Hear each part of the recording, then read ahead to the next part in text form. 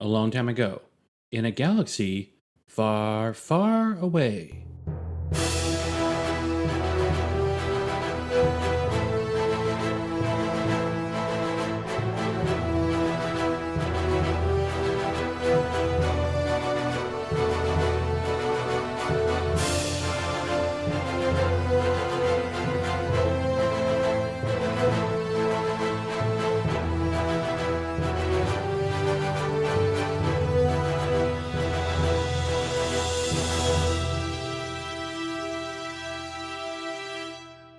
Hey, everybody. Thank you for another. Let me try that again. Hey, everybody. Thank you for joining us for another edition of For Light and Dice, the Disneyland After Dark Pride Hanover edition. That's me. So good for you all to listen to us again. We still have a small group of people. The crew is still split up all across the galaxy. The people here do not know where their companions are, and vice versa. So isn't that exciting?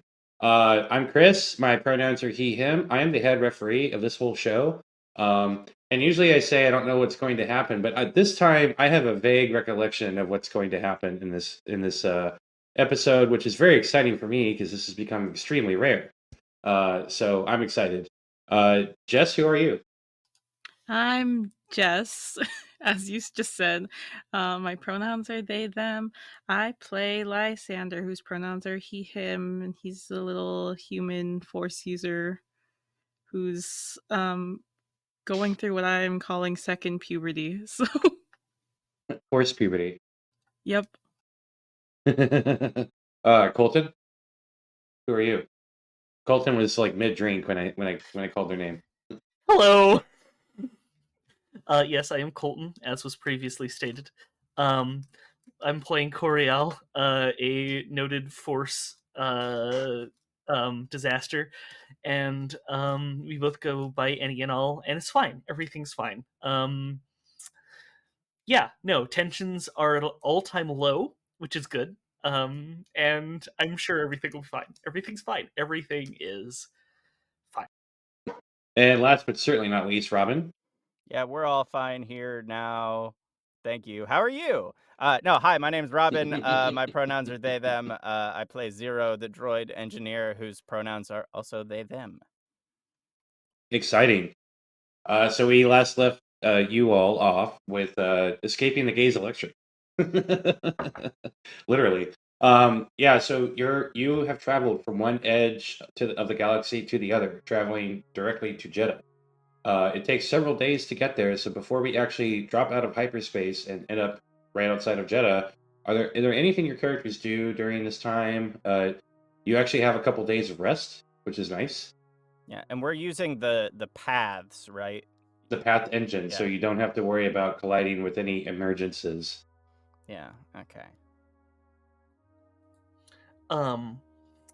Other than meditating and trying to figure out what the hell's happening, I'm just making sure that Lysander stays out of the cavalcade. Because nothing's in there that Lysander needs to worry about right now. Nice. Lysander has been going through the little Jedi books that he's gotten from like Orla, and then also like Wynn, I think, gave him a book before, and also trying to learn how to like meditate and things, and also has been trying to get into the cavalcade because it's just like I've searched the rest of the ship, so I know for a fact that the thing I'm looking for must be on the one place I've not been able to get into. Yeah, well, so while you all are resting, meditating, and also trying to sneak around each other to try to find stuff, nothing of significance happens. One or two are just enjoying their life, being loud and obnoxious sometimes, but for the most part, keeping to themselves. The squonk is quiet as well. I do think Zero would have asked the Force users about their experience. Would have said like, so yeah, like once they're in the path, the hyperspace path, they would have said something like, "So, like, you all like fell down. What was that about? Did you like see? Was it the Force? Did you see things?" Yes, we had, for some reason, a shared Force vision of something really terrible that happened in the past. Zero, I don't think you know anything about this, considering you don't have any memories. We ended up on the planet of Dalna. What is that? It's me, Jez, as a A planet is a large No, not a- circular. I know what a I've learned what a planet is. Dalna is a planet. Where is Dalna? What part of the galaxy is Dalna in? Donna is. That's a good question. Hold on, I'm looking. I cannot remember what part of in the Delnan section of the I'm Outer gonna- Rim territories. Outer Whatever the Rim. fuck that means. So Dalna is in the Outer Rim. Dalna is a planet in the Outer Rim. A really bad, tragic battle happened there about 100 or so years ago. That is referred to in history as the Night of Sorrows. And we just happened to see a vision of, I'm guessing, part of that. Wait, Orcus, didn't you say you knew me from like 100 years ago? So a quick reminder, you have Orcus is now contained within one of the airlocks Oh yeah. Yeah, I think that you're using as a brig. I think Zero would have left a little communicator up there to just chat whenever necessary. Orcus turns on his communicator and just says, "Nobody knows the trouble I've seen." What was your question? Yeah, sorry. Yeah, I was asking about the vision you apparently all shared, and Lysander said it was from like 100 years ago, and I was just, didn't you say you knew me from like 100 years ago? Yeah, I knew something like you. Wait, yeah. was it me or was it not me? Now I'm confused because you Yeah. would have been a child then, Orcus. So was Yeah. it Zero that you knew? I think it was the same droid body, but what are you without your memories, after all? I'm me, without my memories. Well, yeah, I knew you. Was I at this Dalna place? Yeah, Well, we didn't see you in our vision, but what? it, I don't remember too much of that night. There was something manipulating the Force and putting the fear into me, literally. I somehow ended up on a ship with a group of other refugees and survivors. And it was this ship. What, the Squonk? Wasn't called the Squonk then. What was it called? Wouldn't you like to know? Yes, that is why I asked. He doesn't answer you. Okay. Well, and was I present on the ship then? Yep. Who else? Who was flying it? I don't know. I don't remember. We weren't on the ship for very long. You all were very quick to get rid of us. Where'd we get rid of you? Orcus seriously thinks about that question. I don't remember that either. What do Griffin remember? I remember the fear. You felt it, Lysander. You sensed it. Hope I never have to experience that again. Probably will never will, though. I mean, I doubt it. That was 100 years ago on Dalna, which we're nowhere near.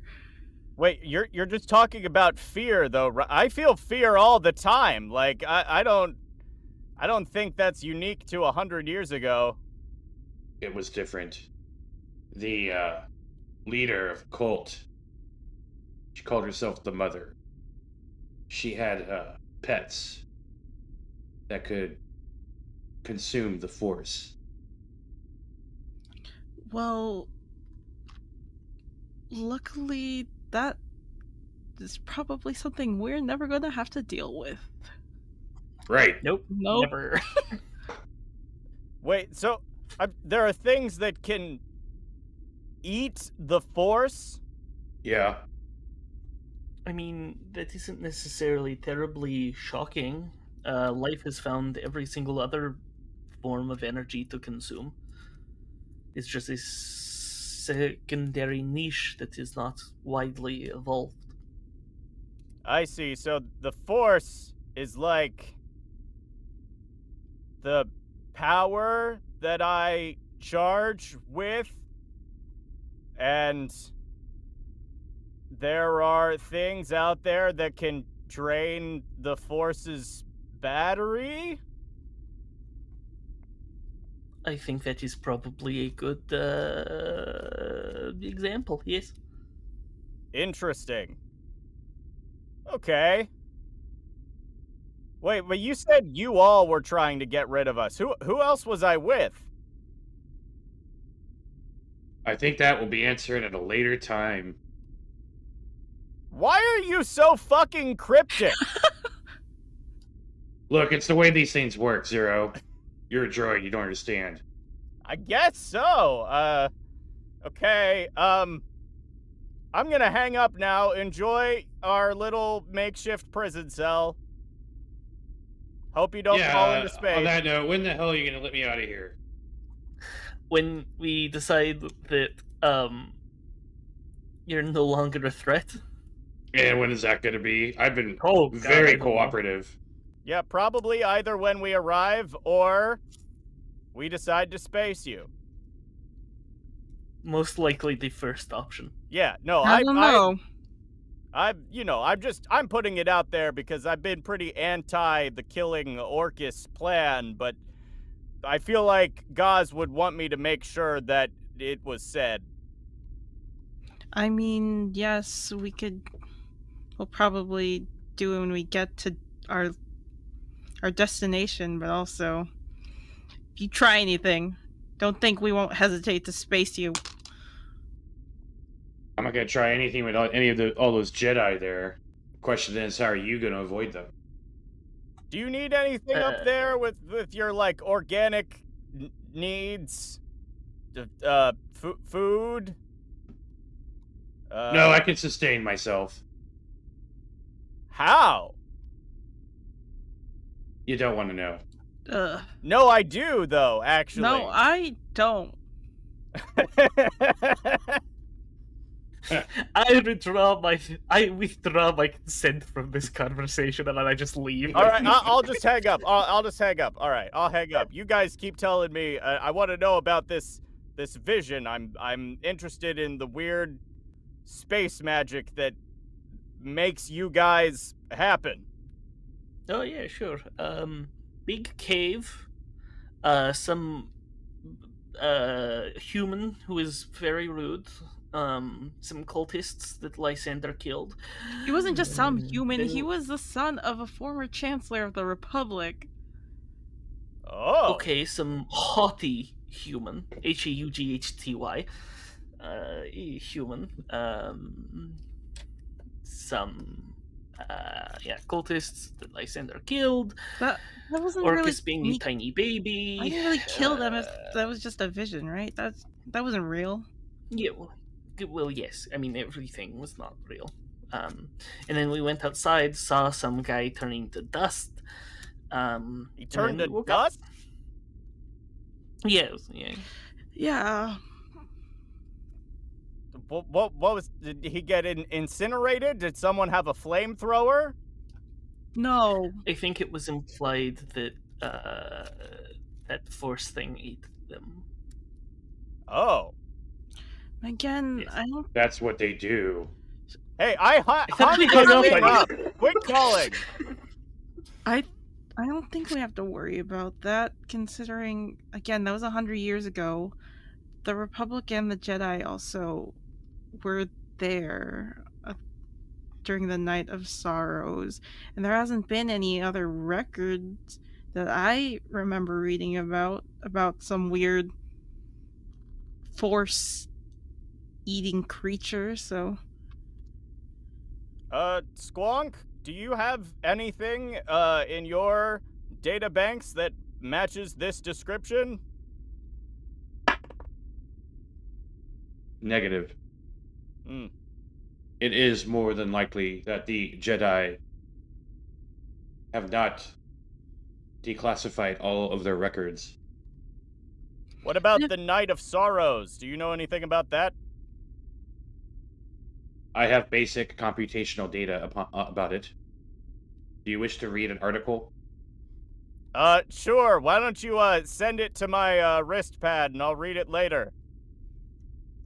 He sends you the Galactic Wikipedia article. Yeah, on Zero's Night of definitely not Sorrows. gonna read it. He's just gonna, or they're gonna leave the tab open, but they'll never get around to it. Yeah, speaking of, like wrist pad, communication things, Lysander is checking again to see if there's been any messages from Win and Gauze.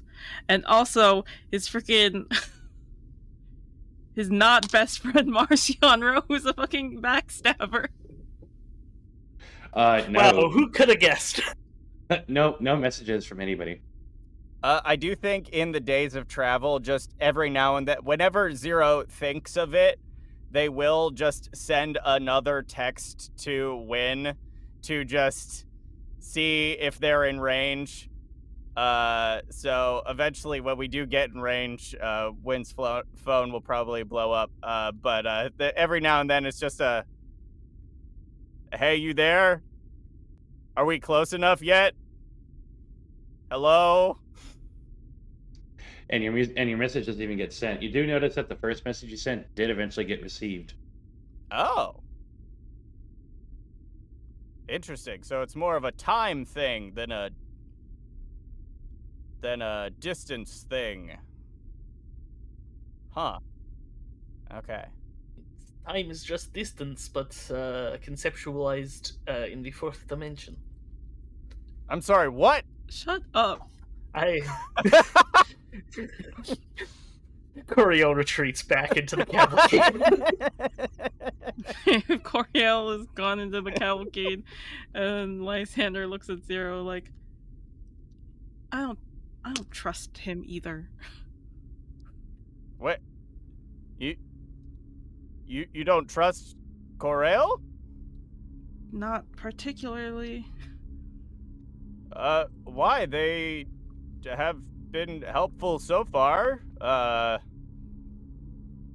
You know, got the Squonka hat. You know, knew we wouldn't be going to Jedha without them. You know, she has her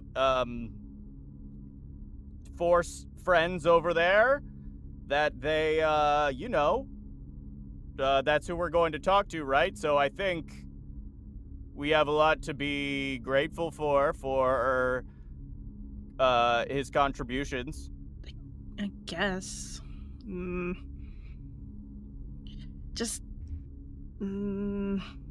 something about Koreal doesn't sit right with me. I can't explain Oh, is this it. like a feeling in your space magic? Maybe. What does it say? Lysander trying to think of a way to not tell Zero that he first tried to use the Force on Koreal, and then Koreal stopped it.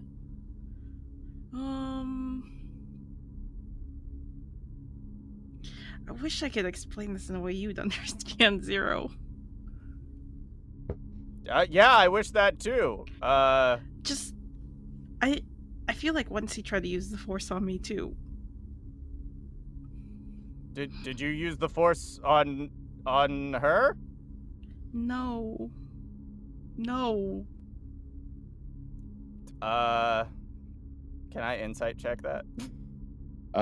You can, Cool. and Lysander can make a deception roll. Okay. Lysander's result will be the DC that you have to beat, Robin. I got a 10. Okay, a 10. I got a nat 20. Yeah, Lysander's totally telling the truth. Yeah. Huh. Okay. Wonder why they wanted to use the Force on you. Yeah, that's why. I don't know. We don't have winning gauze here, so we need to be careful. We also haven't known them for that long, so. This is true. This is true. I do. We've been moving so fast that I kind of forget that, they did kind of just show up a few minutes ago. That's right? My perception of time is kind of weird. I don't know, it feels like forever, but also not at the same time. Yeah. Strange, but good to know. It seems you have a very bad feeling about this, yes? Yes. All right. Well, I will make sure to keep my eye on Koreal as well as Orcus and 1 and 2. I think Gonk's fine. I don't think we probably need, and I don't think there's any reason to be overly cautious about Gonk. And gauze. Oh yeah. Yeah. I forgot. That's okay. You're doing a lot, Zero. Yeah, this is a lot for my processors. I think I'm gonna go recharge. Oh yeah. So you have 1 and 2. Where are they right now, Chris? They're in the main cargo room. If you go to seek them out, it seems that they are counting several of the things they have stolen. What in the... Hi. One says. What is all this? Things that we have procured. Oh... Was this from Naboo? Yes, look at this crown. Oh. Actually, Lysander puts the crown on. It's very regal. Oh. You... 1, 2... Can I ask you a favor? You two seem very good at taking things. Yes. You know, Koreal actually took something that I was trying to research more of. I'd like to say that was mine. It was given to me. So I'd like it back. And if you two could help me, that would be really helpful. But Koreal has it now, right? Yeah, I think she's keeping it on their ship. But isn't it Koreal's then, since they took it? Well, it was mine first, so... But Koreal took it. Yeah, and I want to take it back because, like I said, it was mine first. 2 says. But if I take it, then it's mine. We can share it if you get it back. 1 and 2 look at each other, and 2 says, What's sharing? It's when multiple people own or have the same item, I guess. Oh, how do I describe sharing? Like, this crown I'm wearing, like, if I give it back to you and you give it back to me, and we take turns having it, that's sharing. Oh, That's like when 1 and 2 and our others are sharing together, and energy flows through us. That is very ominous, but yes, I guess. So you want us to think the thing? Yeah, it's like a little pyramid, and I am really sure that it's on the cavalcade. 1 and 2 zip away. Don't get caught! Koreal, can you make a perception roll, please? Can do. Very excited to see how 1 and 2 get how good they are at safe cracking. Yeah. Right. Perception, that is a 13. So you see 1 and Sorry, 2. 16. You see 1 and 2 floating up towards you, and they look at you and they're like, We're supposed to steal from you. Yes. Oh, is that so?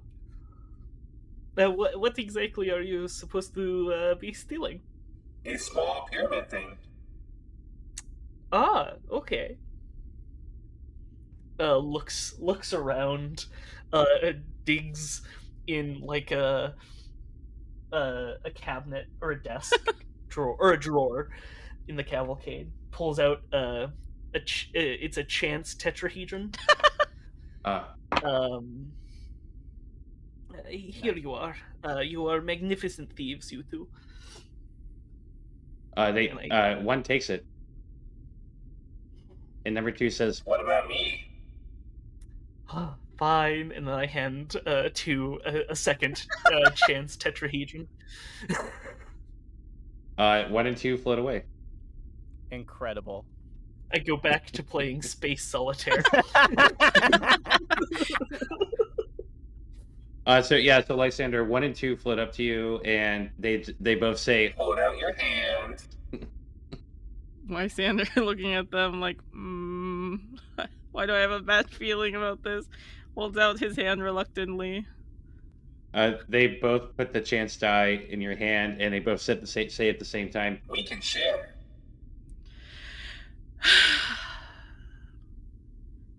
I mean, I did say a little pyramid, but this is not it.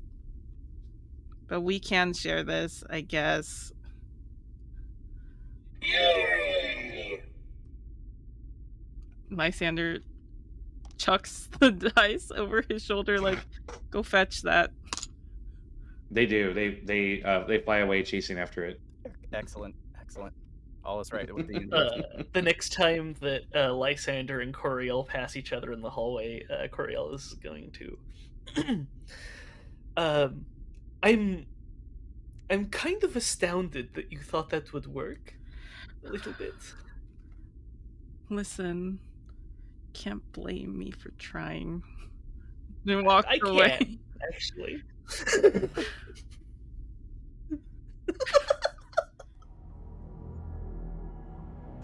Meanwhile, in the caves of Naboo, Obsidian awaits a call from his master as he stands quietly in front of the holoprojector. Finally, the call arrives. Greetings, my apprentice. My plan is working perfectly. I sense tension and fear within the crew members. It's only a matter of time before the one we want falls to the dark side. But there's been a little complication. I can tell by your silence that you may be concerned. Obsidian tends to wear his emotions on his face, and of course his master is easily able to read him, not just by using the Force, but just by measuring his stillness, his silence. Nonetheless, he is wondering what his master is about to say next. I have foreseen that our new friends are currently making their way to the planet Jedha. I say we disrupt things over there, increase the tension, so to speak, through chaos and more chaos. There could be emotions flaring, especially the ones of hatred and fear. We will use this chaos to our advantage, Obsidian. I know you have people you can call that can help accomplish this. Utilize them. I trust you. This will be your test, Obsidian. Your first true test.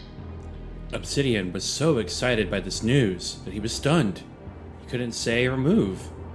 But his master spoke true. He does know who he can call. He has the perfect ally in mind to find the Squonk and its crew and cause chaos, just like his master commands.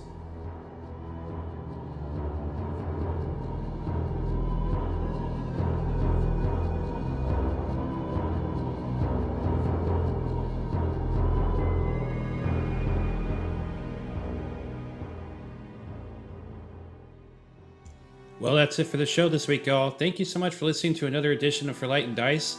Can't wait for you to hear the rest of the story as we're going to continue with the people that are currently on the Squonk. And we're going to be in Jedha next episode, so very excited about that. Thank you once again for those of y'all that have been a part of our community. Our special shout out to Grushkov, who's composed most of the music for the show. Without their music, this show just wouldn't be as cool. From an atmospheric ambiance perspective, we certainly appreciate it. And by the way, they are coming out with new music based on the more recent High Republic books, so definitely go check them out. You can find them on Spotify, YouTube, pretty much any place that sells digital music, so definitely check that out.